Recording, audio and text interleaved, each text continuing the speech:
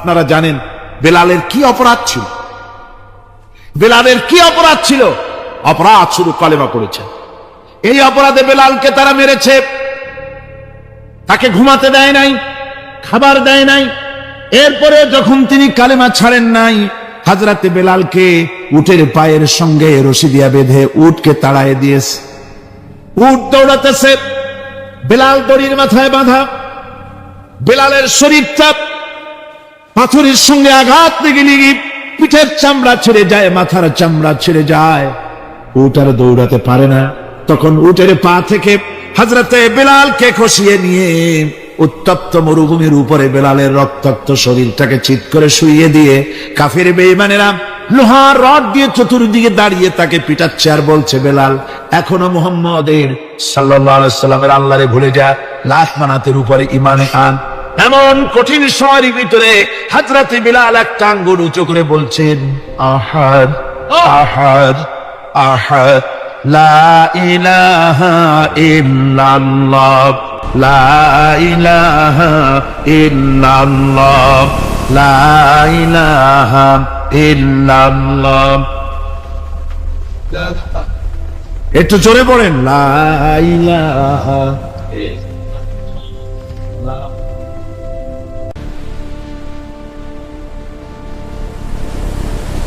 লা ইলাহা ইল্লাল্লাহু মুহাম্মাদুর রাসূলুল্লাহ।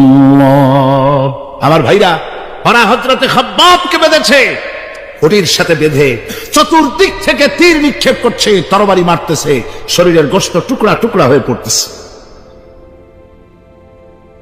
এরপরে কাফেরের নেতা বলতেছে, থামো, একটা কথা বলে নেই। জিজ্ঞেস করছে, খাব্বাব তোমাকে ছেড়ে দিতে পারি একটা শর্ত যদি মানো, তোমার পরিবর্তে এখানে এনে আল্লাহর নবীকে, তোমাদের নবীকে এনে বাঁধবো, তার উপর অত্যাচার করব, এটা যদি মানো তোমারে ছেড়ে দিতে পারি। এতক্ষণ ধরে যিনি তীর তরবারির আঘাত নীরবে সহ্য করতেছিলেন, এখন মানুষের এই কথার আঘাত তিনি সহ্য করতে পারলেন না।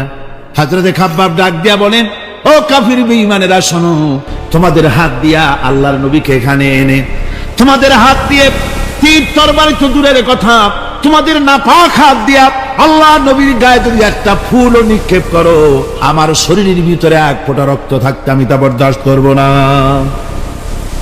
চতুর্দিক থেকে মার আরম্ভ হয়ে গেল, গায়ের গোশত পড়ে যায়। হযরতে খাব্বাব মনে করলেন এখন তো আর জীবন বাঁচবে না, বুঝি মরে যাব। তিনি তখন বললেন, রব্বুল আলামিন, আমার তো সময় হয়ে এসেছে বোধহয়, আমার এখন জীবনের শেষ মুহূর্তে আমার মন চায় যদি দুইটা সেজদা তোমারে দিতে পারতাম, 2 রাকাত নামাজ যদি পড়তে পারতাম, জীবনটা আমার খুশি হয়ে যেত। কিন্তু আমি বান্ধা, কেমন করে আমি সেজদা দেব? সেজদা দেওয়ার কোন উপায় আমার নাই। তবে কাবা শরীফের দিকে আমার মুখ ঘুরানো আছে, আমি আমার মাথাটা একটুখানি নিচু করে নিলাম। আমার এই মাথা নিচু করাকে আমার জীবনের শেষ সেজদা হিসাবে ধরে নিও। কাফির বেঈমানেরা হযরতে খাব্বাবের মাথা ধরি অন্যদিকে ঘুরিয়ে দিল। হযরতে খাব্বাব পড়লেন, ফাইনামা তুওয়াল্লু ফাসাম্মা ওয়াজহুল্লাহ, যেদিকেই মুখ ঘুরাও সেদিকেই আল্লাহ, আল্লাহ ছাড়া কোনো দিক নাই। আমার ভাইরা, এই জিহাদে এত বড় ফজিলত আল্লাহ রাব্বুল আলামিন দেখেছেন। দ্বীন প্রতিষ্ঠার জন্য যারা লড়ে, আল্লাহ পাক তাদের জন্য বিরাট নিয়ামত রেখেছেন। সুবহানাল্লাহ পড়ে, লা তামাসসুহান নার আইনুন বাকাত মিন খাশিয়াতিল্লাহ ওয়া আইনুন বাতাত তাহরিসু ফি সাবিলিল্লাহ, রাওয়াহু তিরমিজি। হযরত ইবনে আব্বাস রাদিয়াল্লাহু তাআলা তিনি বলছেন, আমি রাসূলুল্লাহকে বলতে শুনেছি, আল্লাহর নবী বলেছেন, 2টি চোখকে জাহান্নামের আগুন 2টা চোখকে স্পর্শ করবে না। একটা চোখ হচ্ছে গভীর রাত্রে যারা আল্লাহর ভয়তে, জাহান্নামের ভয়তে যারা কান্দে, জাহান্নামের আগুন ওই চক্ষুকে স্পর্শ করবে না। আর যারা দ্বীন প্রতিষ্ঠার জন্য, আল্লাহর দ্বীন কায়েমের জন্য ময়দানে যারা লড়াই করে, রাতের বেলায় পাহারা দেয়, ওই পাহারারত চোখের মধ্যে জাহান্নামের আগুন ওই চোখে স্পর্শ করবে না। আমার ভাইরা, হযরত উসমান রাদিয়াল্লাহু তাআলা আনহু বলছেন, মান রাবাতা লাইলাতুন ফি সাবিলিল্লাহ কানাত কা আলফি লাইলাতিন সিয়ামুহা ওয়া কিয়ামুহা। হাজার রাত ধরে রোজা রাখলে, হাজার রাত ধরে ইবাদত করলে, আর হাজার দিন ধরে রোজা রাখলে যে সওয়াব হবে, একটা ঘন্টা একটা রাত যদি কেউ পাহারা দেয় আল্লাহর দ্বীনকে প্রতিষ্ঠার জন্য, আল্লাহর দ্বীনের কোন ইসলামী রাষ্ট্রের প্রহরায় যদি কেউ যদি থাকে, একটা রাতে পাহারা দিয়ে যে সওয়াব হবে, হাজার হাজার বছর ধরে নামাজ রোজা করে ওই সওয়াব পাওয়া যাবে না। সুবহানাল্লাহ। অর্থাৎ হাজার বছর ধরে নামাজ রোজা করার মতোই সওয়াব পাহারা দেওয়া আল্লাহর দ্বীনের ইসলামের রাষ্ট্রকে। বন্ধুগণ, রাসূল পাক সাল্লাল্লাহু আলাইহি ওয়াসাল্লাম তিনি বলেছেন, কিয়ামতের দিন জাহান্নামের আগুন আর জিহাদের ময়দানের ধুলি, এই দুটি একসঙ্গে কোন মানুষের পেটের মধ্যে প্রবেশ করবে না। রাসূল পাক সাল্লাল্লাহু আলাইহি ওয়াসাল্লামের একটি হাদিস যা মিশকাত শরীফের মধ্যে বর্ণিত আছে। মিশকাত শরীফের সম্ভবত 336 পৃষ্ঠায় এই হাদিসটি বর্ণনা করা হয়েছে যে হযরত ইবনে আয়েশ রাদিয়াল্লাহু তাআলা আনহু হচ্ছেন এই হাদিসের রাবী। তিনি বলছেন, একবার হুজুর সাল্লাল্লাহু আলাইহি ওয়াসাল্লাম এক ব্যক্তির জানাজায় গিয়ে উপস্থিত হলেন। হযরত ওমর রাদিয়াল্লাহু তাআলা আনহু তখন হুজুরকে বললেন, হে রাসূল, আপনি এই লোকটার জানাজা পড়বেন? এই লোক তো ইসলামের এই ক্ষতি করেছে, সেই ক্ষতি করেছে, অমুক করেছে, এই লোকটার আপনি জানাজা পড়বেন? হুজুর তখন উপস্থিত লোকদের জিজ্ঞেস করলেন, হাজিরিন, তোমরা কি কেউ এই লোকটাকে কোন ইসলামের ভালো কাজ করতে দেখেছো? একজন লোক দাঁড়িয়ে গেল। তিনি বললেন, হে আল্লাহর নবী, আমি সাক্ষী, আমি দেখেছি। একটা মুজাহিদ বাহিনী জিহাদ করে ফিরতে ছিল, তো এক জায়গায় তারা ডেরা গাড়লো, শিবিরে স্থাপন করলো রাত কাটাবে বলে। আমি দেখেছি এই লোকটি সারা রাত সেই মুজাহিদদেরকে, সাহাবীদেরকে সারা রাত জেগে জেগে পাহারা দিয়েছে। আল্লাহর নবী জানাজার ইমামতি করলেন, আর এরপরে তাকে কবরের মধ্যে মাদফুন করে দিয়ে নবীজি তার কবরের পাশে দাঁড়িয়ে বললেন, ইন্না আসহাবাকা ইয়াযুন্নুনা আন্নাকা মিন আহলিন নার ওয়া আনা আশহাদু আন্নাকা মিন আহলিল জান্নাহ। নবীজি বলছেন, ও কবরবাসী, তোমার সাথীরা মনে করে তুমি জাহান্নামী, আর আমি নবী মুহাম্মদ সাল্লাল্লাহু আলাইহি ওয়াসাল্লাম সাক্ষী দিচ্ছি তুমি বেশক আল্লাহর বেহেশতি, তুমি অবশ্যই আল্লাহর জান্নাতে যাবে। এরপর হযরত ওমরের দিকে ফিরে রাসূলুল্লাহ বললেন, ওমর, মানুষের শুধু বাহ্য দৃশ্যটাই দেখো না, তার অন্তরের জজবাটাকেও কদর করো। সুবহানাল্লাহ ওয়া বিহামদিহি। এই জিহাদের ময়দানে যারা কাজ করে, জান দেয়, মাল দেয়, আল্লাহ পাক তাদের উপরে রহম করেন। এই জিহাদ হচ্ছে এক অগ্নি পরীক্ষা। এই জিহাদটা কি? অগ্নি পরীক্ষা। এমনি এমনি বেহেশতে যাওয়া যাবে না ভাই। আল্লাহ রাব্বুল আলামিন কোরআনে কারীমের মধ্যে বলেছেন, আহাসিবান নাসু আন ইউতরাকু আন ইয়াকুলু আমান্না ওয়া হুম লা ইফতানুন। লোকেরা কি ভেবেছে নাকি যে ঈমান এনেছি এই কথাটা বললেই আমি বেহেশত দিয়ে দিব, মুমিন বলে সার্টিফাই করব? না, যখনই তারা বলবে আমি মুমিন, আমি তখন তাকে অবশ্যই পরীক্ষা করব। এই পরীক্ষায় তাকে পাশ করতে হবে। কোরআনে কারীমে আল্লাহ রাব্বুল আলামিন অনেক জায়গায় এই কথাগুলি বলেছেন। এমনি এমনি ছেড়ে দেওয়া হবে না।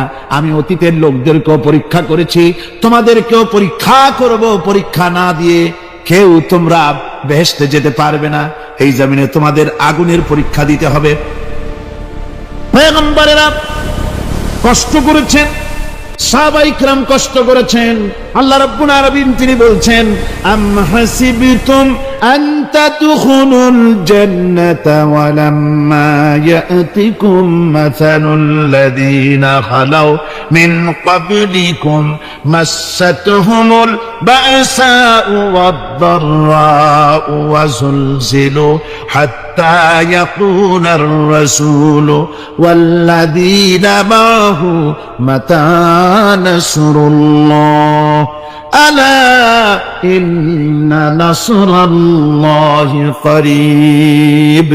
আল্লাহ রাব্বুল আলামিন বলেন, তোমরা কি মনে করেছো যে তোমরা বেহেশতে প্রবেশ করবে, অথচ তোমাদের পূর্বে যারা এই পৃথিবীতে এসেছিল তাদেরকে আমি যেমন পরীক্ষা করেছি ওরকম পরীক্ষা এখনো তোমাদের উপরে আসে নাই, ওরকম বিপদও আসে নাই, মুসিবতও আসে নাই।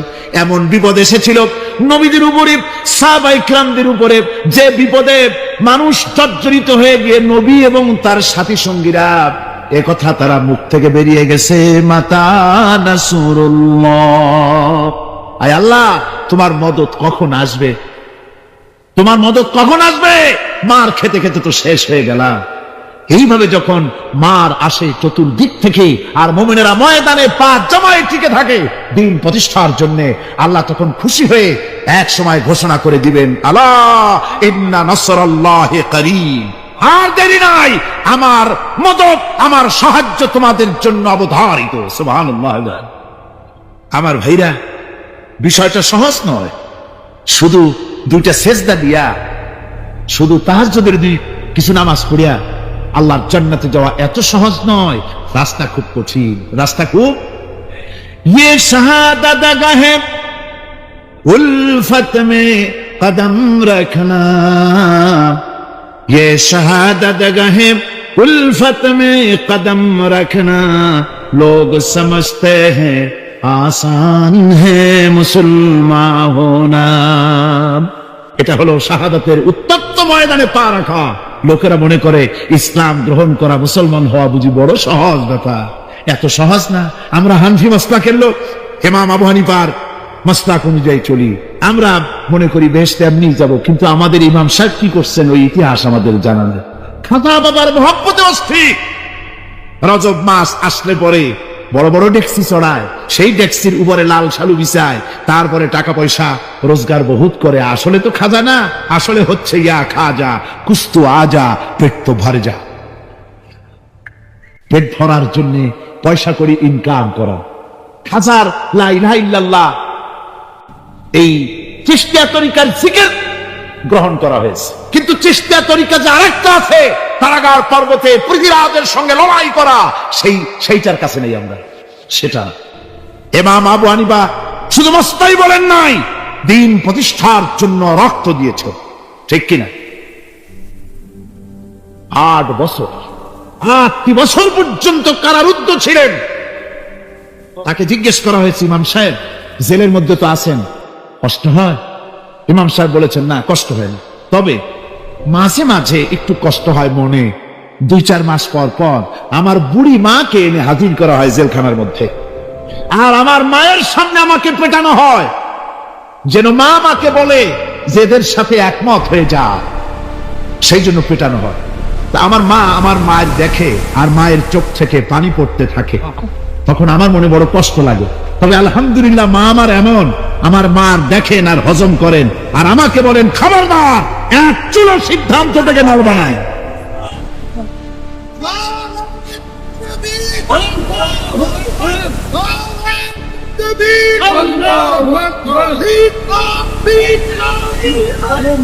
আমার ভাইরা, ইমাম মালিক 28 দিন পর্যন্ত তাকে বাতিলরা বেঁধে দিয়ে গেছে, হাত পিঠ মোড়া দিয়ে 28 দিন বাঁধা। এই হাত বাহু থেকে ডিসকানেক্ট হয়ে গিয়েছে, এই বাহুর জোড়া থেকে ডিসকানেক্ট হয়ে গিয়েছিল হাত, 28 দিন পর্যন্ত বাঁধা ছিল। ইমাম আহমদ বিন হাম্বল, ইসলাম বিরোধীরা তাকে পিটাইছে, প্রত্যেকটা চাবুকের সাথে গায়ের গোশত উঠে এসেছে। এই জন্য কবি বলতেছি, पैरवी बू हनीफा की सनद जिंदान है, हम्बली होता है पीठ पर दुर्रे खाने की बात। হানাফি হতে চাও? জেল জরিমানার জন্য প্রস্তুতি নাও। শুধু সবরি কলা খাইয়া বেহেশতে যাওয়া যাবে না, এত সহজ না। আঙ্গুর, বেদানা, সবরি কলা আর দুধের স্বরের উপর ইসলাম আসে নাই। ইসলাম এসেছে তপ্ত ময়দানের উপরে, জান দিয়ে রক্ত দিয়ে ইসলাম প্রতিষ্ঠা হয়ে গোটা দুনিয়ার নির্যাতিত নিপীড়িত জনতার মুখে হাসি ফুটিয়েছে ইসলাম।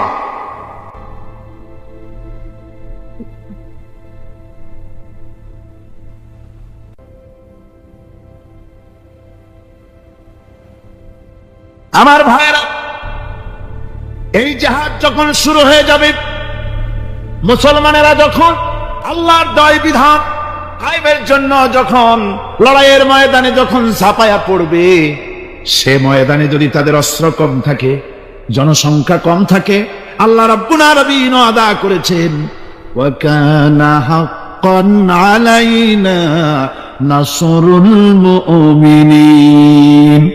আল্লাহ রাব্বুল আলামিন বলেন, মুমিনরা যখন বিপদে পড়ে যায় তখন মুমিনদের সাহায্য করা আমি আল্লাহর জন্য ওয়াজিব হয়ে যায়। আমি আল্লাহর জন্য ওয়াজিব।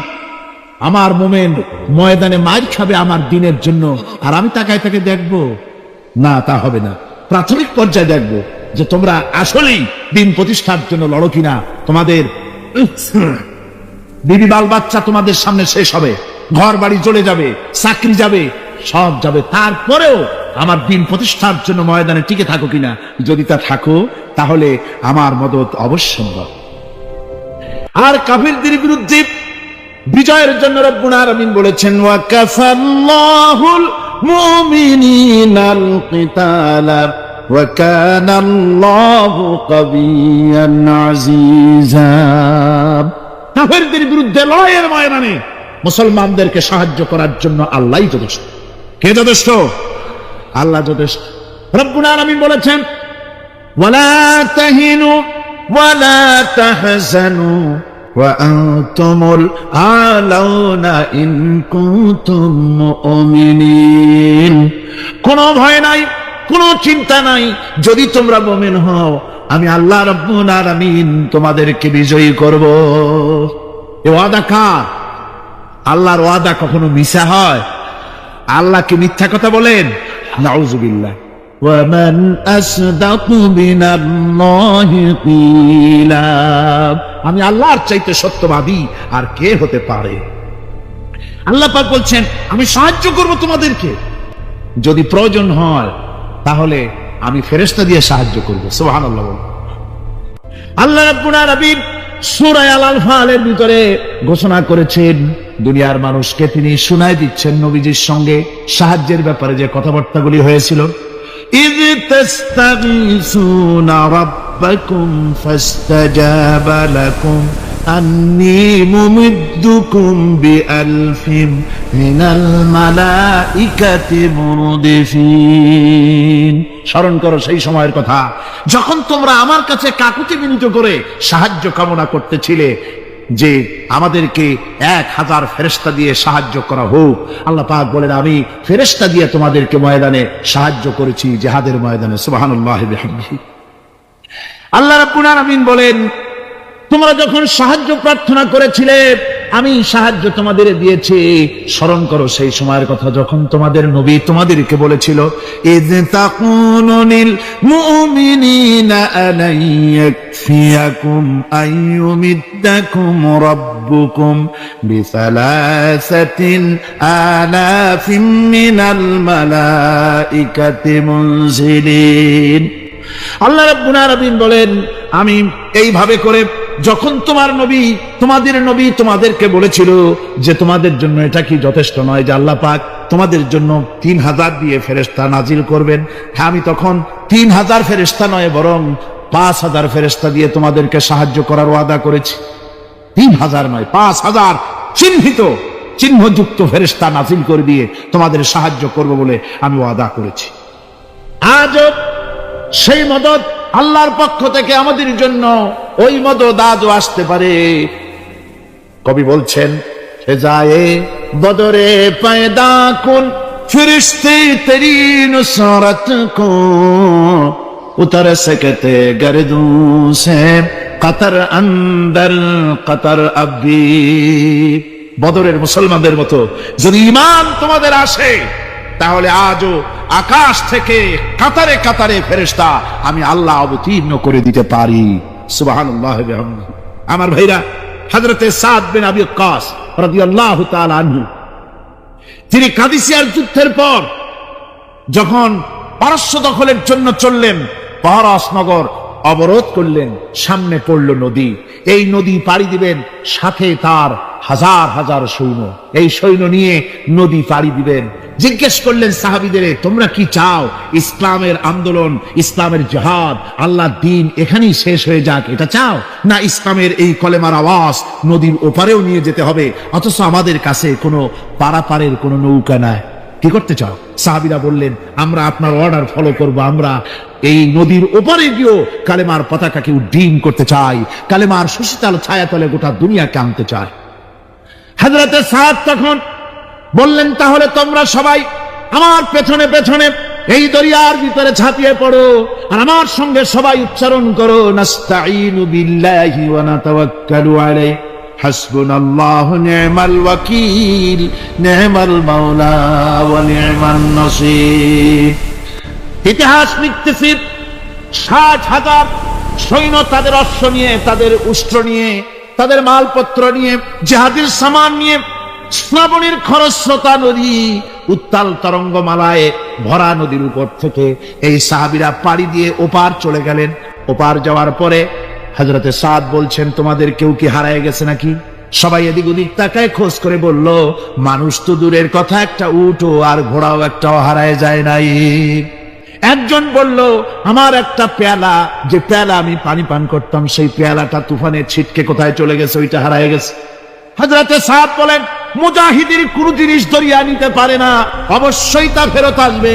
এই কথা তিনি বলতেছিলেন, হঠাৎ করে দরিয়ার কিনারে একটা আওয়াজ হলো, দেখা গেল তুফানের ভিতরে সেই হারানো বাটিটা তাদের মধ্যে বেরিয়ে এসেছে।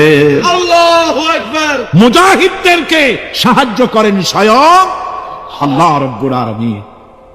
আফ্রিকার জঙ্গলের কাছে, ভিন্ন ইতিহাস, জঙ্গলের কাছেই মুসলমানদেরকে থাকতে দেওয়া হয়েছিল। মনে করা হয়েছিল জঙ্গলের সমস্ত হিংস্র প্রাণীরা এই মুসলমানদের শেষ করে দেবে, যুদ্ধ করা লাগবে না। হযরতে সাদ সে অবস্থা বুঝতে পারলেন, তিনি একটা মঞ্চ তৈরি করলেন। সেই মঞ্চের উপরে দাঁড়ায় জঙ্গলের প্রাণীদের দিকে লক্ষ্য করে তিনি নোটিশ জারি করে দিলেন, বললেন, ইয়া আইয়াতুহাল হাশারাত ওয়াস সিবাউ নাহনু আসহাবু রাসূলুল্লাহ সাল্লাল্লাহু আলাইহি ওয়াসাল্লাম। হে জঙ্গলের হিংস্র প্রাণীরা, আমরা আল্লাহ রাসূলের সাহাবী, ফাইন্না নাসিলুনা ফামান ওয়াজাদনা বাদাহু কাতালনাহু। আমরা রাসূলের সাহাবী, এইখানে আল্লাহর দ্বীনকে কায়েম করার জন্য আমরা এসেছি, আল্লাহর কলেমার আওয়াজ নিয়ে আমরা এখানে রাত কাটাবো। সুতরাং এই জঙ্গলের ভিতরে হিংস্র প্রাণী যত আছো, সব আমাদের এই জায়গা ছেড়ে অন্যত্র চলে যাও।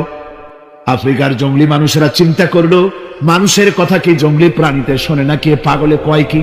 তারা তাকায় তাকায় দেখলো, হযরতে সাদের এই ঘোষণার পরে বাঘের কাতারে বাঘ, সিংহের কাতারে সিংহ, সাপের কাতারে সাপ, যার যার ডিম আর বাচ্চাগুলি মুখে কামড়ায়া সাহাবীদের এলাকা ছেড়ে দিয়ে তারা অন্যত্র চলে গেল।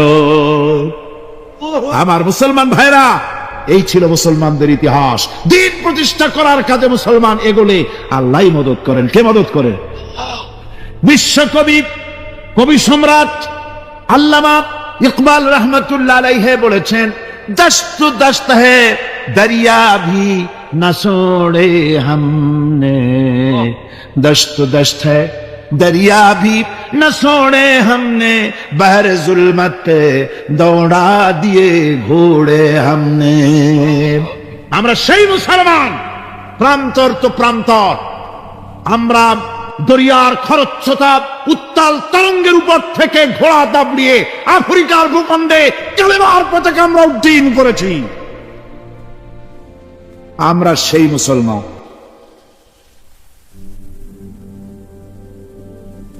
একটুখানি জিকির করেন, লা ইলাহা ইল্লাল্লাহ, লা ইলাহা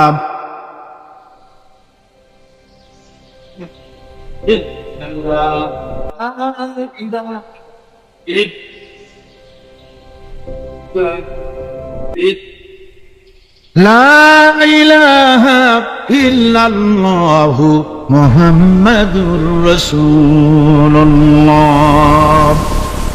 সমুদ্রের ঢেউকে, দাসলা নদীর ঢেউকে আল্লামা ইকবাল স্মরণ করায় দিচ্ছেন। ও দরিয়ার ঢেউ, ऐ मौज जजला तू भी पहचानती है हमको, अब तक है तेरा दरिया अफसाना खां हमारा। হে টাইগ্রিসের উত্তাল উত্তাল তরঙ্গমালা, নিশ্চয় তোমার ভুলে যাওয়ার কথা নয় যে তোমার উপর থেকেই আমরা দরিয়া পার হয়ে উপরে গিয়ে কালেমার পতাকা উড্ডীন করেছিলাম। আমরা সেই মুসলমান। আজ ইসলামী চেতনা হারায়া আমরা আজকে দুনিয়ার মধ্যে সবচেয়ে লাঞ্ছিত, পদদলিত, হেয় প্রতিপন্ন জাতিতে পরিণত হয়েছি। আমার ভাইরা, মহাকবি, বিশ্বকবি, কবি সম্রাট আল্লামা ইকবাল রাহমাতুল্লাহ আলাইহি সুন্দর করে বলেছেন, মুসলমানদেরকে লক্ষ্য করে বলেছেন, ঘোষণা করো, বাতিলদেরকে জানায়া দাও, আমরা মাথা নত করার জাতি নই। আমরা মাথা নত করার জাতি? ভারত আজ আমাদের দিকে চোখ রাঙায়, ভারত চোখ রাঙায় তাকায় আমাদের দিকে, দুনিয়ার অনেকেই আমাদের দিকে চোখ রাঙায়। বিশ্বকবি আল্লামা ইকবাল বলেছেন, বাতিল সে দবনে ওয়ালে आसमां नहीं हम, बातिल से दबने वाले आसमां नहीं हम, सोबर कर चुका है तू इम्तिहान हमारा। বাতিলের সামনে মাথা নত করার জাতি আমরা নই। ওই আকাশ সাক্ষী, জমিন সাক্ষী, আমরা মাথা দিয়েছি কিন্তু মাথা নত করি নাই, শির দিয়েছি আমামা দেই নেই, সে জাতি আমরা। সুবহানাল্লাহ ওয়া বিহামদিহি। সেই জাতি আজ দুনিয়ার বুকে লাঞ্ছিত, পদদলিত হচ্ছে। কারণ কি? কারণ হচ্ছে একমাত্র এই যে আমরা আমাদের জীবনের উদ্দেশ্য ভুলে গিয়েছি। আমার ভাইয়েরা, আল্লাহর এই রাস্তায়, আল্লাহর এই দিন প্রতিষ্ঠার জন্য লড়াই হবে, জিহাদ হবে। জিহাদের কথাই বলতেছি। এই জিহাদ হলো পৃথিবীর নির্যাতিত, নিপীড়িত মানুষের মুক্তির জন্য জিহাদ। জিহাদ কি জন্যে? আমরা রাষ্ট্রপ্রধান হব, আমরা দেশ দখল করব, নেতৃত্ব দিব, এজন্য নয়। আমরা জিহাদ করব মানুষকে, মানুষের তৈরি করা মতবাদ, নির্যাতন থেকে, জুলম থেকে, অত্যাচার থেকে মানুষকে বাঁচাবার জন্য, মানবতা, নিগৃহীত নির্যাতিত মানবতার মুখে মুক্তির হাসি ফুটাবার জন্য আমরা করব লড়াই। সেই লড়াইয়ে এগিয়ে আসতে হবে তরুণদেরকে। কাদেরকে? জোরে বলতে হবে, কাদেরকে? তরুণদের আসতে হবে, যুবকদের আসতে হবে। আমার আনন্দে বুক ভরে যায় যখন দেখি মাহফিলে, আজকে তো এই মাহফিল কোরআনে কারীমের কথা এই ভূখণ্ডে আল্লাহ বলার তৌফিক দিয়েছেন। 35টি বছর পার হয়ে গেছে, জীবনের 35টি বছর কোরআনে কারীমের সামান্য একটু খেদমত করার তৌফিক আল্লাহ পাক দান করেছে। যখন এই কাজ প্রথম শুরু করি তখন দেখেছি মাহফিলে যারা আসে তাদের 95% দাড়ি পাকা বুড়া মানুষ। কিন্তু দিন যত যেতে লাগলো, দিন যত যেতে লাগলো, 71 পার হয়ে গেল, 72, 73, 74 এলো, আস্তে আস্তে দেখা গেল চিত্র উল্টে গেল। আজ মসজিদে তরুণদের জন্য জায়গা পাওয়া যায় না। যারা মসজিদে যায় সব তরুণ। যারা আগে হজে যেত সব বুড়া মানুষ, পাপ করার আর কোনো বয়স নাই, তখন যাইতো হজ করতে। এখন আলহামদুলিল্লাহ তরুণেরা যায় হজ করতে বেশিরভাগ। আজকের মাহফিল দেখুন, দাঁড়ায় দেখতে বলি নেই, জায়গায় বসে আর ডাইনে বা একটু তাকায় দেখেন কারা বেশি, দাড়ি পাকা না যুবক? যুবক আর তরুণ দিয়ে আল্লাহর এই মুজাহিদ, আল্লাহর এই গোলামদের দিয়ে আল্লাহ মাহফিল ভরে দিয়েছেন। জোরে কোন সুবহানাল্লাহ, জোরে কোন আলহামদুলিল্লাহ। এই তরুণ যুবকরাই হচ্ছে ইসলামের সম্পদ। ইসলামের সম্পদ কে? তরুণ আর যুবকেরা। তোমাদের অবদান ইসলামে সব চাইতে বেশি। মনে রাখবেন যুবকেরা, শোনো, ইসলাম প্রতিষ্ঠিত হয়েছে তোমাদের রক্তের উপরে। কাদের রক্তের উপরে? যুবকদের রক্তের উপরে। যারা ইসলাম প্রথম কবুল করেছিলেন তারা কিন্তু বুড়ো ছিলেন না কেউ। প্রথম যে ব্যক্তি ইসলাম কবুল করলেন হযরতে সাইয়্যিদুনা আবু বকর সিদ্দিক রাদিয়াল্লাহু তাআলা আনহু, বয়স ছিল 37 বছর। 37 বছর বয়সে দাঁতটা পড়িয়া খুনখুনা বুড়া হয়ে গেছিল নাকি? হযরত ওমর ইসলাম যখন কবুল করেন তখন তিনি ছিলেন 26 বছরের টকবকে যুবক। যৌবনের রক্ত পা এবং মাথা পর্যন্ত শিরায় উপশিরায় ধাবমান এই যুবক হযরত ওমর 26 বছর বয়সের সময় ইসলাম কবুল করেন। হযরত আব্দুর রহমান বিন আউফ যখন ইসলাম কবুল করেন বয়স ছিল মাত্র 17 বছর। হযরত আলী যখন ইসলাম কবুল করেন তখন বয়স ছিল মাত্র 8.5 বছর। তোমাদের মতো তরুণেরা, যুবকেরাই সর্বপ্রথম কালেমার পতাকা ধারণ করে রাসূলকে সাহায্য করেছিল। সুবহানাল্লাহ।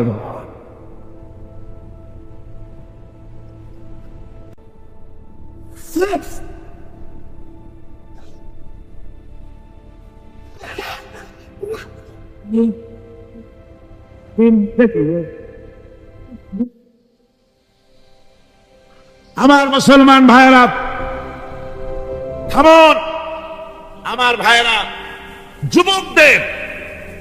যুবকদের অবদানই চিরকাল ইসলামে বেশি ছিল। তাই বলে যারা বৃদ্ধ মানুষ তাদের কিন্তু কোনো মন খারাপ করার কোনো কারণ নাই, ঠিক কিনা? যেহেতু আমরা যারা বয়সের প্রান্তে এসে গেছি, আমরাও ওই যৌবন কালটা পেরিয়ে এসেছি, ঠিক কিনা? আরেকটি কথা, কিয়ামতের দিন কোন বুড়ো মানুষ বেহেশতে যাবে না, সব যুবকরা যাবে। বেহেশতে যাবে কারা? বুড়োরা বোধহয় ভয় পেয়ে গেছেন। রাসূল পাক সাল্লাল্লাহু আলাইহি ওয়াসাল্লাম বলেছেন, আমার কথা না, হুজুর বলেছেন কোন বুড়ো মানুষ বেহেশতে যাবে না, কোন কালো মানুষ বেহেশতে যাবে না। এখন রাসূল যদি বলেন, তার কথাই তো আইন। হুজুর বলেন কালো মানুষ বেহেশতে যাবে না, একটা কালো মানুষ কান দিয়ে তো পড়েই গেছে। হুজুর বলেন কেঁদো না, তুমি যখন বেহেশতে যাবে চাঁদের মতো সুন্দর চেহারা নিয়ে বেহেশতে যাবে। বুড়ার কান্না দেখে হুজুর বলছেন কেঁদো না, তুমি যখন বেহেশতে যাবে আল্লাহ তোমার যুবক বানায় পাঠায় দিবে। যেহেতু বেহেশত হচ্ছে যুবকদের জন্য, সুবহানাল্লাহ বিহামদিহি, অত নাজ নিয়ামত, অত আনন্দ, বুড়া মানুষে তো খাইয়ে খুইয়ে বেহেশত নষ্ট করে ভালোবে। এই জন্য যৌবন দরকার, স্বাস্থ্য দরকার বেহেশত উপভোগ করার জন্য। সেই জন্য বেহেশতে যাবে কারা? তরুণেরা যাবে। কারা যাবে? তরুণ তরুণী দিয়ে আল্লাহ পাক বেহেশত ভরে ফেলবেন, সুবহানাল্লাহ। আমার তরুণেরা, যুবকেরা শোনো, রাসূলুল্লাহ তোমাদের কত সম্মান দিয়েছেন। কে সম্মান দিয়েছেন? রাসূলুল্লাহ।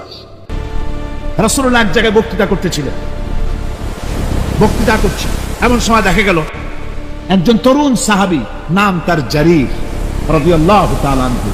চাঁদের মতো চেহারা তার ছিল, খুব সুন্দর চেহারা ছিল তার। হযরত জারীর বসতে না পেরে জায়গা পায় না, দাঁড়ায় আছে। রাসূল নিজের গায়ের চাদরটা খুলে জারীরের দিকে নিক্ষেপ করলো, বললেন, জারীর দাঁড়িয়ে আছো, আমার চাদর উপরে বসো। সুবহানাল্লাহ। হযরত জারীর রাসূলুল্লাহর চাদর নিয়ে চুমা খাইতে লাগলেন আর বললেন, আকরামাকাল্লাহ কামা আকরামতানি ইয়া রাসূলুল্লাহ। হে রাসূল, আল্লাহ আপনার সম্মান আরো অনেক বাড়িয়ে দিক, যেমন আপনি আমাকে মর্যাদা দিলেন। হে রাসূল, আপনার চাদরে পৃথিবীর কোন মানুষ বসতে পারে? আমার তরুণ ভাইয়েরা, আমার যুবক ভাইয়েরা, তোমাদেরকে রাসূল মহব্বত করতেন, ভালোবাসতেন সবচেয়ে বেশি। তোমরা আজ বাতিলের শিকার। কার শিকার? বাতিলের শিকার। তোমাদেরকে কি দেওয়া হয়?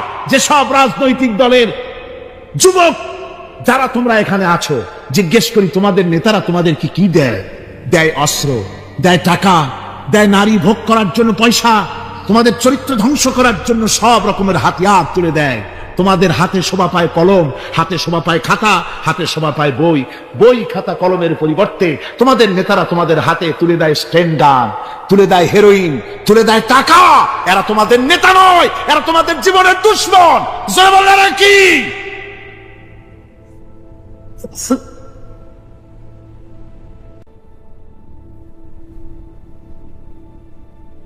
আমার যুবক ভাইয়েরা, আমার কলেজ ইউনিভার্সিটির ছাত্র ভাইয়েরা, একটুখানি মাথা খাটায় চিন্তা করো। তোমার নেতারা যারা ঢাকা থেকে আসে বা এখানে বাস করে, ওই নেতারা যখন রাজনৈতিক প্রোগ্রাম করতে আসে, তখন কি একবারের জন্য তোমাদেরকে বলে, ও ছেলেরা তোমরা কি নামাজ ঠিক মতো পড়ো কিনা? বলে? এই যে রোজা আসতেছে, খবরদার বাবারা তোমরা রোজা রেখো, এরকম কথা বলে নাকি? তোমার উস্তাদদের সম্মান করো, এ কথা বলে নাকি? বরং টাকা দেয়, পয়সা দেয়, যে শিক্ষক তোমার মতের উল্টা করবে, ঠ্যাঙ্গাইয়া জনমের মতো টাইট করে দিবা, ঠিক কিনা? তোমার নেতারা কি কোনোদিন বলে নাকি, ও আমার সংগঠনের ছেলেরা মা বাপের খেদমত করবে, মা বাপের সম্মান করবে, খবরদার মা বাপের সঙ্গে বেয়াদবি করবে না, সন্ত্রাস করবে না, অস্ত্রবাজি করবে না, মানুষকে কষ্ট দিবে না, এমন কোনো কথা বলে না?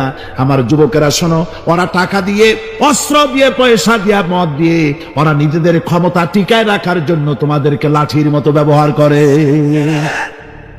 সুতরাং আজকের তরুণদেরকে বুঝতে হবে, তরুণেরা ভালো করে বোঝো, তোমরা রাসূলের সৈনিক।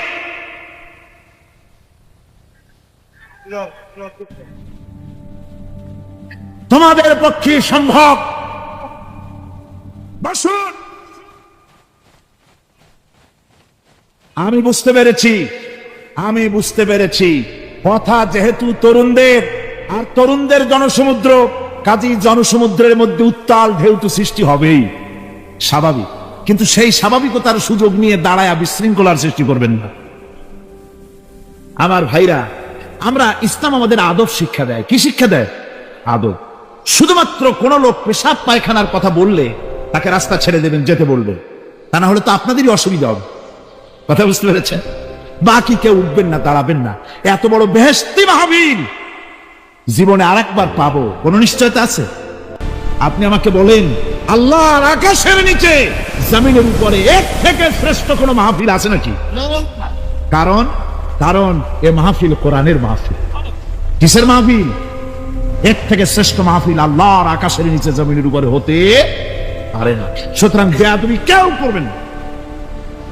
তরুণেরা, যুবকেরা, তোমাদের এগিয়ে আসতে হবে। নির্যাতিত মানবতার পাশে তোমাদেরকে দাঁড়াতে হবে। আজ শ্রমিকরা তাদের ন্যায্য পাওনা পাচ্ছে না, কৃষক তাদের উৎপাদনের মূল্য পাচ্ছে না, নারী তার সতীত্বের গ্যারান্টি পাচ্ছে না। মানুষেরা আজ নির্যাতিত, নিপীড়িত। সারা পৃথিবীতে Bosnia, Algeria, Somalia, Palestine, Kashmir, Burma, Philippines, Bharat, পৃথিবীর সর্বত্র নির্যাতিত মুসলমানদেরকে বাঁচাবার জন্য আমার খালিদ বিন ওলীদের উত্তরসূরিরা, সালাউদ্দিন আইয়ুবী, জামালউদ্দিন আফগানি, হযরত আলী উত্তরসূরি, আজকের মাহফিলের যুবক আর তরুণরা, তোমরা কি রক্ত দিতে পারবে?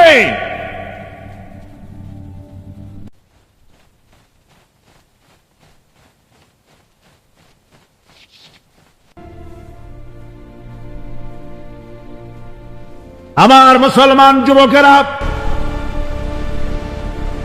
আল্লাহর রাস্তায় আল্লাহর রাস্তায় রক্ত দিলে তার অবস্থা কি হবে শোনো। আল্লাহ রাব্বুল আলামিন বলেছেন, ওয়ালা তাকুলু লিমান ইউকতালু ফি সাবিলিল্লাহি আমওয়াত বাল আহইয়াউ ওয়ালাকিন লা তাশউরুন। আল্লাহ রাব্বুল আলামিন বলেন, আমার রাস্তায় যারা নিহত হয়েছে, আমার রাস্তায় যারা জীবন দিল, ওরা মরে গেছে এই কথা তোমরা বলো না। ওরা জিন্দা। ওরা কি? আমার রাস্তায়, আমার দিন প্রতিষ্ঠার জন্য, মানবতার মুখে হাসি ফুটাবার জন্য, নির্যাতিত মানবতার গোলামীর জিনজির থেকে তাদেরকে বাঁচাবার জন্য সংগ্রাম করতে গিয়ে যারা জীবন দিল, ওরা মরে নাই, ওরা জিন্দা। ওরা কি? জিন্দা। আল্লাহ বলেন, আল্লাহ পাক বলেন, ওরা জিন্দা তোমরা জানো না, আমার কাছ থেকে তারা রিজেক্ট প্রাপ্ত হয়। যারা শহীদ হয়, শাহাদাতের কথা শুনে যাদের ভয় লাগে, অস্ত্রের খোঁচা খায়া, গুলি খায়া, বায়োনেট খায়া, ড্যাগারের গুতা খায়া মরা, জানি কত যন্ত্রণা। নবীজি বলতেছেন, আন আবি হুরায়রা রাদিয়াল্লাহু তাআলা আনহু আন্না রাসূলুল্লাহ সাল্লাল্লাহু আলাইহি ওয়াসাল্লাম মা ইয়াজিদু শাহীদু মিন মাসিল কাতল কামা ইয়াজিদু আহাদুকুম মিন মাসিল কারছা। তিরমিজি, নাসাই। আল্লাহ নবী বলেছেন, হযরত আবু হুরায়রা হাদিসটি বর্ণনা করেছেন, নবীজি বলেছেন, শাহাদাতের মওত হলো তোমাদের কেউ যদি আরেকজনকে একটা চিমটি কাটে, ওই চিমটি কাটায় যতটুকু যন্ত্রণা, শাহাদাতের মওতের চাইতে বেশি কিছু যন্ত্রণা নয়। শাহাদাতের মওতটা হচ্ছে একটা সেতু। এটা কি সেতু? এটা ব্রিজ। এপারে দুনিয়া, ওপারে আল্লাহ। সুবহানাল্লাহ ওয়া বিহামদি। মরার সাথে সাথে দিদার ইলাহি নসিব হয়ে যাবে। সুবহানাল্লাহ ওয়া বিহামদি। সাহাবায়ে কেরাম, আপনি চিন্তা করেন, তাদের মা, বাবা, বিবি, বাল, বাচ্চা, সন্তান সবকিছুকে ফেলে রেখে আল্লাহর দ্বীনের জন্য রক্ত দিতে পেরেছেন। কি কারণে? জীবনকে তাদের কাছে তুচ্ছ মনে হয়েছে। এই জীবন জীবন নয়, ওই জীবনই তো সবচেয়ে সেরা জীবন, যে জীবনে আমার মাওলা আমার উপরে খুশি হয়ে যাবে। সুবহানাল্লাহ। আমার মাবুদ আমার উপরে খুশি হয়ে যাবে। ওইটা হচ্ছে সবচেয়ে নিয়ামতের মওত। এই জন্য রাসূল সাল্লাল্লাহু আলাইহি ওয়াসাল্লাম বলেছেন, কেউ যদি শাহাদাতের তামান্না করে দিল থেকে, সে যদি তার বিছানায়ও মরে, আল্লাহ পাক ওটাকে শাহাদাত হিসেবে ধরে নেবে। হযরত ওমর রাদিয়াল্লাহু তাআলা আনহু দোয়া করতেন, আল্লাহুম্মা রযুকনি শাহাদাতান ফি সাবিলিক ওয়াজআল মাউতি ফি বালাদি রাসূলি। আয় আল্লাহ, তুমি দয়া করে মেহেরবানি করে আমাকে শাহাদাতের পেয়ালা পান করাও। শাহাদাতের মওত সবচেয়ে নিয়ামতের মওত। নিয়ামতের দিন এই শহীদ তার আত্মস্বজনের ব্যাপারে 70 জন লোকের ব্যাপারে আল্লাহর কাছে সুপারিশ করার মতো পাওয়ার লাভ করবে। শহীদ। ভাইরা, এ শাহাদাত নসিব হওয়ার জন্য তামান্না আমাদের দিলের মধ্যে থাকা উচিত। আল্লাহ দ্বীন প্রতিষ্ঠার জন্য প্রয়োজনে আমরা জান দিব, মাল দিব। পারবো না? পারবো কিনা? আমার ভাইরা, আব্দুল উজ্জা মক্কা শরীফের বাড়ি, 20 বছরের যুবক, কলিজার মধ্যে সবসময় চায় এতিম মানুষ, বাপ মারা গেছে, একেবারে ছোট অবস্থা, খুব গরিব। চাচা তাকে বড় করেছে, চাচা তাকে ঘর দিয়েছে, বাড়ি দিয়েছে। বুখারীর হাদিস, বুখারী শরীফে এসেছে। বাড়ি, ঘর, জায়গা, জমি, সোনা দানা, টাকা পয়সা, উট ঘোড়া সব দিয়েছে, প্রতিষ্ঠিত করে দিয়েছে। কিন্তু আব্দুল উজ্জা শান্তি পায় না। রাসূল পাক সাল্লাল্লাহু আলাইহি ওয়াসাল্লাম দ্বীনের দাওয়াত দিচ্ছেন, মন চায় তাওহীদের এই সূরা সেও পান করে, কিন্তু চাচার ভয়তে পারে না। মনটা চাচ্ছে, আহা, চাচা যদি ইসলাম কবুল করতো তাহলে আমার জন্য ব্যাপারটা সহজ হয়ে যেত। এভাবে চিন্তা করতেছে। হঠাৎ একদিন রাসূল পাক সাল্লাল্লাহু আলাইহি ওয়াসাল্লাম হিজরত করলেন। এরপরে আব্দুল উজ্জার ধৈর্যের বাঁধ ভেঙে গেল। আব্দুল উজ্জা গিয়ে বলছে, চাচা, মুহাম্মদ সাল্লাল্লাহু আলাইহি ওয়াসাল্লামের নাম তো নিশ্চয়ই শুনেছেন। বলে, হ্যাঁ শুনেছি। তিনি যে ইসলামের দাওয়াত দেন, এটা আপনার কাছে কেমন লাগে? তার মানে বলছে যে আমার কাছে তো খুব ভালো লাগে। চাচা, ইসলাম কি কবুল করবেন? এই অগণিত মূর্তির সামনে মাথা নত করে আমাদের কোনো লাভ নাই। ওই মূর্তিগুলি আমাদের কোনো সাহায্য করতে পারে না। এক আল্লাহ বিশ্বাস করার জন্য মুহাম্মদ সাল্লাল্লাহু আলাইহি ওয়াসাল্লাম আমাদের বলেছেন। চাচা বলছে, খবরদার, এই কথা যদি আবার উচ্চারণ করো তাহলে আমি তোমাকে যা দিয়েছি সব ছিনায় নেব। আব্দুল উজ্জা বলছেন, তাহলে আর আমি সহ্য করতে পারলাম না। চাচা, আপনার সামনেই আমি ঘোষণা করলাম, একদিন চাপা রেখেছি, আর পারলাম। আমি ঘোষণা করে দিলাম, লা ইলাহা ইল্লাল্লাহু মুহাম্মাদুর রাসূলুল্লাহ। চাচা বলল, তুমি এর পরিণতি জানো? আব্দুল উজ্জা বলল, কি পরিণতি? চাচা বলতেছি, এই কলেমা পড়ার কারণে আমি তোমাকে যা দিয়েছিলাম, ঘোড়া দিয়েছি, উট দিয়েছি, বাড়ি দিয়েছি, সব আমি তোমার কাছ থেকে ছিনাইলাম, সব ফেরত দিতে হবে। তিনি বললেন, আমি রাজি আছি, আমি রাজি আছি। আপনি আমার সোনা দানা, ঘোড়া, উট আর ঘর বাড়ি যা দান করেছেন, এই দুনিয়াটার মালিকও যদি আমারে বানাই দিতেন, আমি এর বিনিময়ে কলেমা পড়া থেকে আর আমি নিজেকে থামায় রাখতে পারি না। বলে, আমার সব আমাকে ফেরত দাও। বলল, দিলাম, যা আপনি দিয়েছেন সব আপনাকে ফেরত দিলাম। চাচা বলছে, জায়গা জমি, টাকা পয়সা, সোনা দানা সব পেলাম, তোমার গায়ে যে জামা, তোমার পরনের যে লুঙ্গি, ওটা আমার টাকার খোলো। আব্দুল উজ্জা বললেন, আপত্তি নাই। জামা খুলে দিলে, পরনের লুঙ্গিটাও খুলে দিলে। 20 বছরের যুবক এই অবস্থায় চলে গেলেন মায়ের কাছে। মা আব্দুল উজ্জাকে এই অবস্থায় দেখে 2 চোখ চেপে ধরলেন। বললেন, বাবা, তোমার এই অবস্থা কেন? ছেলে বলছে, মা, ইমান আনার কারণে আমি সব হারায় ফেলেছি, আমার আর কিছুই নাই। ইমান আনার কারণে আমার এই অবস্থা হয়েছে। মা বলছে, বাবা, আমার কাছে কি চাও? ছেলে বলছে, মা, আমি চলে যেতে চাই মদিনায়, আল্লাহর নবী মুহাম্মদুর রাসূলুল্লাহ সাল্লাল্লাহু আলাইহি ওয়াসাল্লামের দরবারে চলে যেতে চাই। আমি একটু বস্ত্র চাই। মা একটা পুরানা কম্বল তার হাতে দিয়ে দিলেন। আব্দুল উজ্জা কম্বলটাকে ছিঁড়ে এক টুকরা কোন রকম হাঁটুর উপরে জড়ায় নিলেন, আর এক টুকরা গায়ে দিয়ে নিলেন। আব্দুল উজ্জা আবার বহু কষ্ট করে মরুভূমি পাড়ি দিয়ে মদিনা মুনাওয়ারায় চলে গিয়ে বাবি জিবরিল থেকে ঢুকে আসহাবে সুফফার চবুতরার সামনে বসে আছেন, ছেঁড়া কম্বল পরা। এবার বিশ্ব নবী, দুনিয়া আখিরাতের বাদশা জনাবে মুহাম্মদ রাসূলুল্লাহ সাল্লাল্লাহু আলাইহি ওয়াসাল্লাম যখন মসজিদের নিজের ঘরের থেকে দরজা খুলে বেরিয়েছেন, দেখেন এক যুবক বসা, একটা আধাটা কম্বল পরা, হাঁটুর উপরে কোন রকম করে রানটা, লজ্জাস্থানটা ঢাকার, গায়ে একটা ছেঁড়া কম্বল। তার এই অবস্থা দেখে হুজুর জিজ্ঞেস করেন, তুমি কে? যুবক বলছে, আমি আব্দুল উজ্জা। ইসলাম কবুল করার জন্য আমার সব ছিল, আমি কম ধনী ছিলাম না। আমার চাচা সব নিয়ে গেছে, সিনাই রেখেছে, আমার লুঙ্গিটাও দেয় নাই। ঘটনা সব তিনি খুলে খুলে বললেন। হুজুর বললেন, তোমার নাম আব্দুল উজ্জা নয়, তোমার নাম আব্দুল্লাহ। আব্দুল্লাহ জুলবাজাদাইন তার নাম। হযরত আব্দুল্লাহ জুলবাজাদাইন কি রাসূলুল্লাহ দিয়া দিলেন, আসহাবে সুফফাদের সাথে মিলাই দিলেন, এখানে থাকো, খাবার আসতে পরে খাবে। তাদের সব সময় খাবার থাকতো না। আসহাবে সুফফায় তারা থাকতেন যাদের ঘর নাই, বাড়ি নাই, থাকার জায়গা নাই। ক্ষুধার জ্বালায় যখন তারা অতিষ্ঠ হয়ে যেতেন, নবীজি ঘরের থেকে তাহাজ্জুদের জন্য যখন বেরোতেন, ক্ষুধার্ত সাহাবীরা রাসূলের চেহারা দেখার সঙ্গে সঙ্গে ক্ষুধা নিবৃত হয়ে যেত। হযরতে রাসূল পাক সাল্লাল্লাহু আলাইহি ওয়াসাল্লাম আব্দুল্লাহকে ওনাদের মধ্যে ভিড়ায় দিলেন। আব্দুল্লাহ এবার কোরআন শরীফ পড়ে। কোরআন শরীফ পড়তে গিয়া চিল্লায় চিল্লায় তিনি পড়েন, আস্তে আস্তে পড়েন না। সাহাবীরা বিরক্ত হয়ে রাসূলের কাছে নালিশ করলেন যে বড় চিল্লায় কোরআন পড়ে, আমাদের নামাজেও ডিস্টার্ব হয়। হুজুর বলেন, সাহাবীরা কেউ আব্দুল্লাহর ব্যাপারে কোনো কথা বলবে না, তারে চিল্লাইতে দাও, যেহেতু ঈমানের জন্য তারে বড় মূল্য দিতে হয়েছে। পরনের লুঙ্গিটা পর্যন্ত আনতে পারে নাই, যত খুশি চিৎকার করে সে আল্লাহর কালাম পড়ুক। তাবুকের যুদ্ধ, রাসূলুল্লাহ তাবুকের দিকে রওনা করেছেন। 30,000 সৈন্য নিয়ে রওনা করেছেন। ওই জিহাদে মানুষেরা প্রাণ ভরে রাসূলুল্লাহকে সাহায্য করেছেন। মেয়ে লোকেরা নাকের ফুল, কানের দুল, গলার হাল খুলে খুলে রাসূলের কদম মোবারকে দিয়ে দিয়েছে।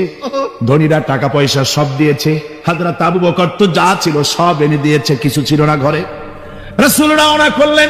প্রতিমধ্যে হযরত আব্দুল্লাহ জুলবাজাদাই আল্লাহর নবীর খেদমতে হাজির হয়ে বলেন, হুজুর সবাই তো সব দিল, আমার কিছুই নাই, কিছু দিতে পারলাম না। হুজুর আপনি আমার জন্য দোয়া করেন, আমি যেন এই তাবুকের ময়দানে কাফেরদের বিরুদ্ধে লড়াই করে যেন শহীদ হয়ে যেতে পারি। মাল দিতে পারি নাই, কিন্তু আল্লাহর জন্য যেন আমার জীবনটা দিয়ে দিতে পারি। ও চট্টগ্রামের যুবকেরা, তরুণেরা, তোমাদের মতো 20 বছরের তরুণ হযরতে আব্দুল্লাহ জুলবাজাদাইন শাহাদাতের তামান্না করে রিসালাতে মাহবের কাছে দাঁড়িয়েছেন। হুজুর বললেন, একটা গাছের বাকল নিয়ে আসো।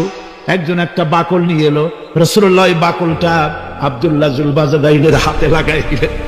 রাসূলুল্লাহ বললেন, আয় আল্লাহ, আমি আব্দুল্লাহর রক্ত কাফেরদের জন্য হারাম করে দিলাম। হযরত আব্দুল্লাহ বলছেন, ইয়া রাসূলুল্লাহ, আমি চাইছিলাম শহীদ হব, আর আপনি আমার রক্তটা হারাম করে দিলেন কাফেরদের জন্য।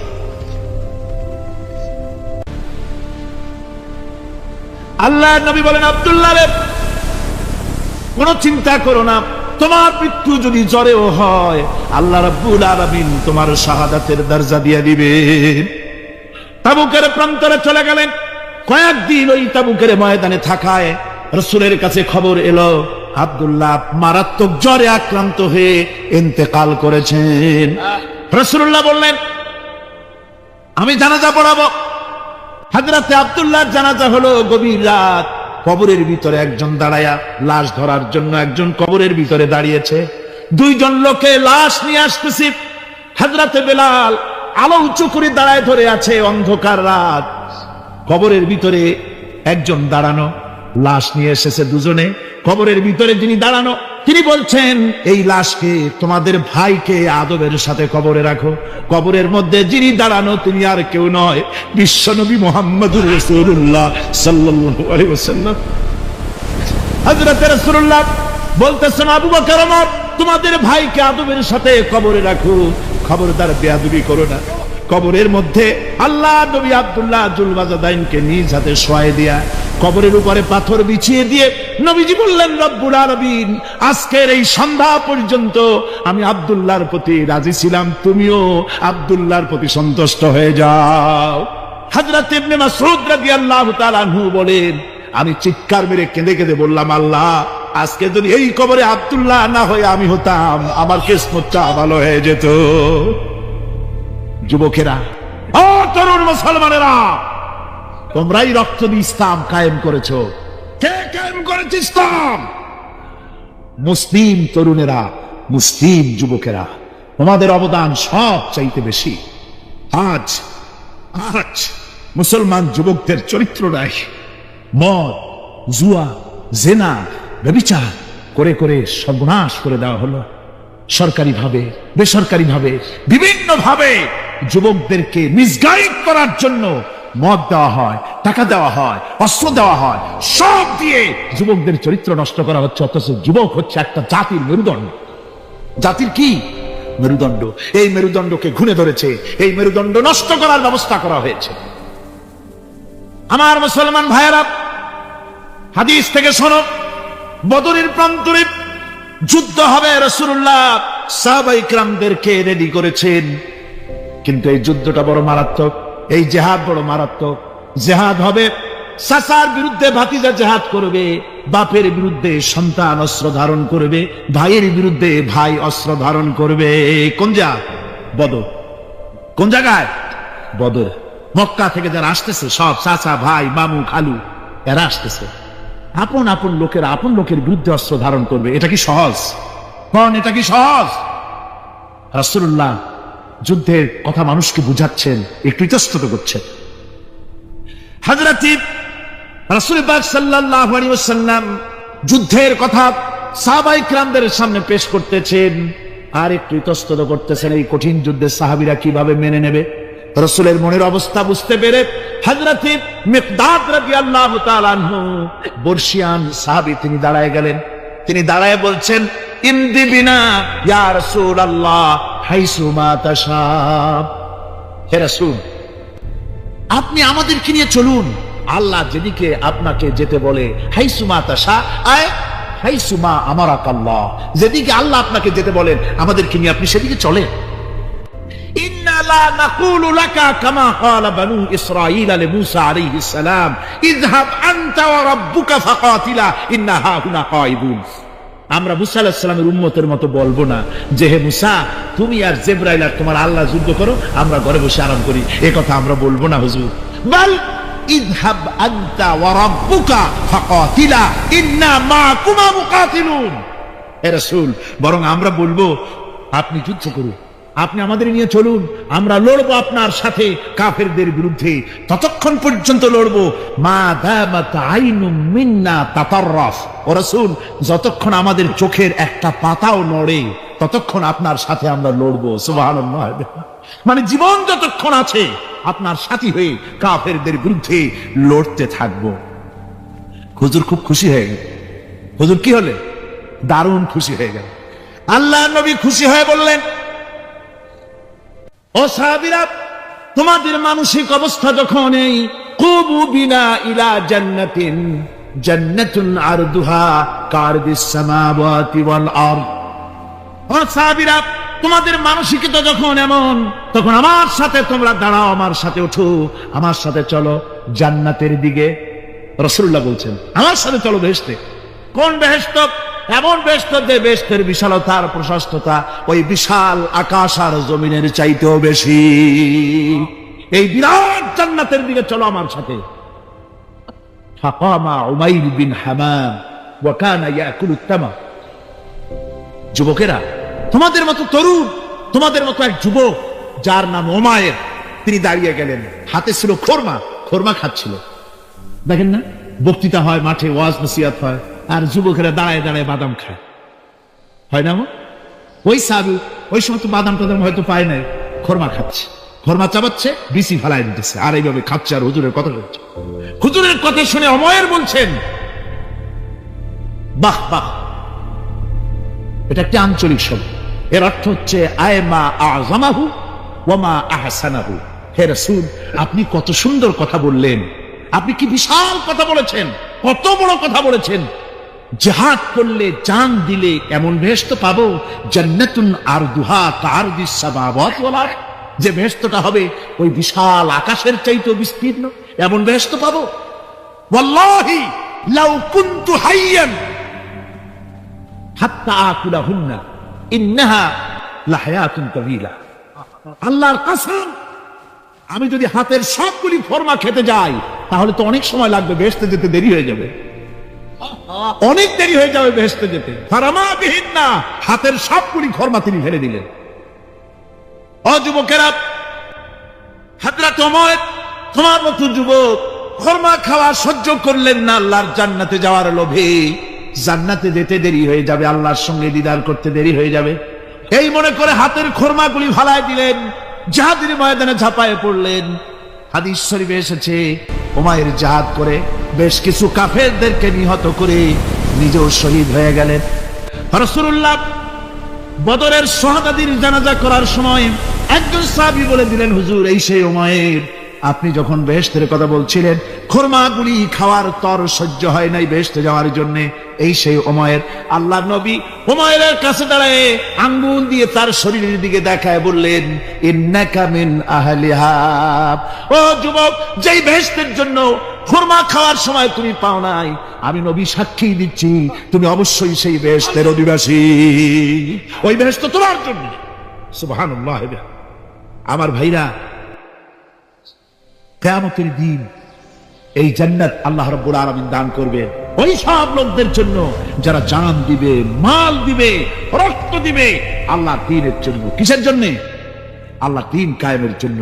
যারা জান মাল ওয়াকফ করে দেবে, জীবনকে উৎসর্গ করে দেবে, তাদের জন্য আল্লাহ পাক এই বিরাট নিয়ামত রেখেছেন।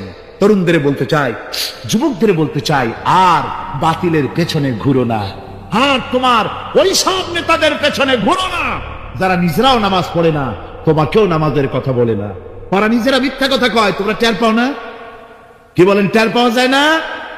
মারামারি করে নিজেরা আর বদনাম দেয় অপরের উপরে। চোখের সামনে যারা এরকম পারে, চোখের সামনে যারা এরকম পারে, তাহলে রাত দিন 24 ঘন্টা তাদের আমলটা কেমন? এদের পেছনে ঘুরে কোনো লাভ নাই। কোনো লাভ আছে? হ্যাঁ, একটা লাভ আছে। সেই লাভটা হচ্ছে টাটকা কিছু সুখ পেতে পারো, কিছু মদের টাকা, কিছু হোটেলের টাকা, কিছু পরের মেয়ে নিয়ে ঘোরার টাকা, কিছু ভ্রমণের টাকা, কিছু অস্ত্রপাতি, কিছু ত্রাস সৃষ্টি করা। আর ত্রাস সৃষ্টি করবা, কয়টা অস্ত্রের মালিক হইছ? যুবক, তরুণ, বিপদগামী তরুণদের বলবো, সরকার অননুমোদিত অস্ত্র যাদের কাছে আছে, শুনে রাখো, এই অস্ত্র কাউকে ক্ষমা করে না। এই অস্ত্র কাউকে ক্ষমা করে না। সাপ পোষার মতো, যে সাপ তুমি দুধ কলা দিয়ে পোষো, ওই সাপ তোমাকে আবার দংশন করবে। ওঝা মরে না? মরে না। সাপ খেলা যারা দেখায় তারা মরে কিনা? ওই সাপেই তাকে কাটে। সুতরাং গভর্নমেন্ট অনুমোদিত অস্ত্র তোমার কাছে, পাইপ গান, রিভলভার, স্টেন গান, এলএমজি, আদমজি, কত রকমের অস্ত্রপাতি যুবকদের কাছে।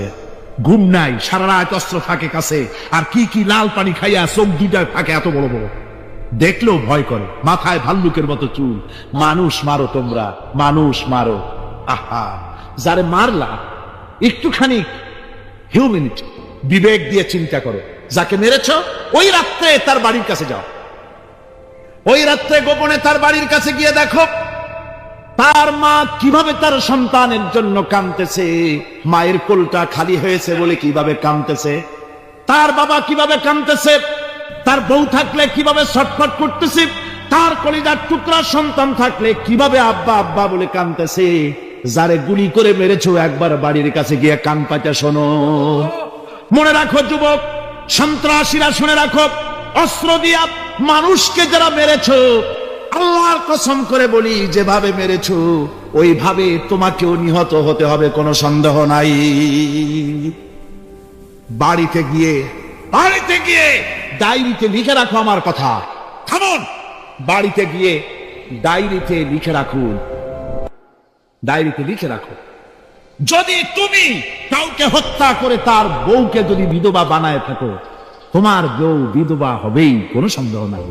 তুমি যদি কারো ছেলেকে এতিম বানায় থাকো, তোমার ছেলেকে আল্লাহ এতিম বানায় রাস্তায় ভিক্ষা করায় ছাড়বে। তুমি যদি কারো বাপকে মাকে কাঁদায় থাকো, আল্লাহ রাব্বুল আলামিন তোমার মা বাপকে কাঁদাবে। তুমি যদি বেয়নটের খোঁচা দিয়া, ড্যাগারের খোঁচা দিয়া একটা মানুষকে যদি বুক ফেড়ে থাকো, তোমার বুকটা ঝাঁঝরা করে দেওয়ার মতো অস্ত্র আল্লাহ তৈরি করে রেখেছে।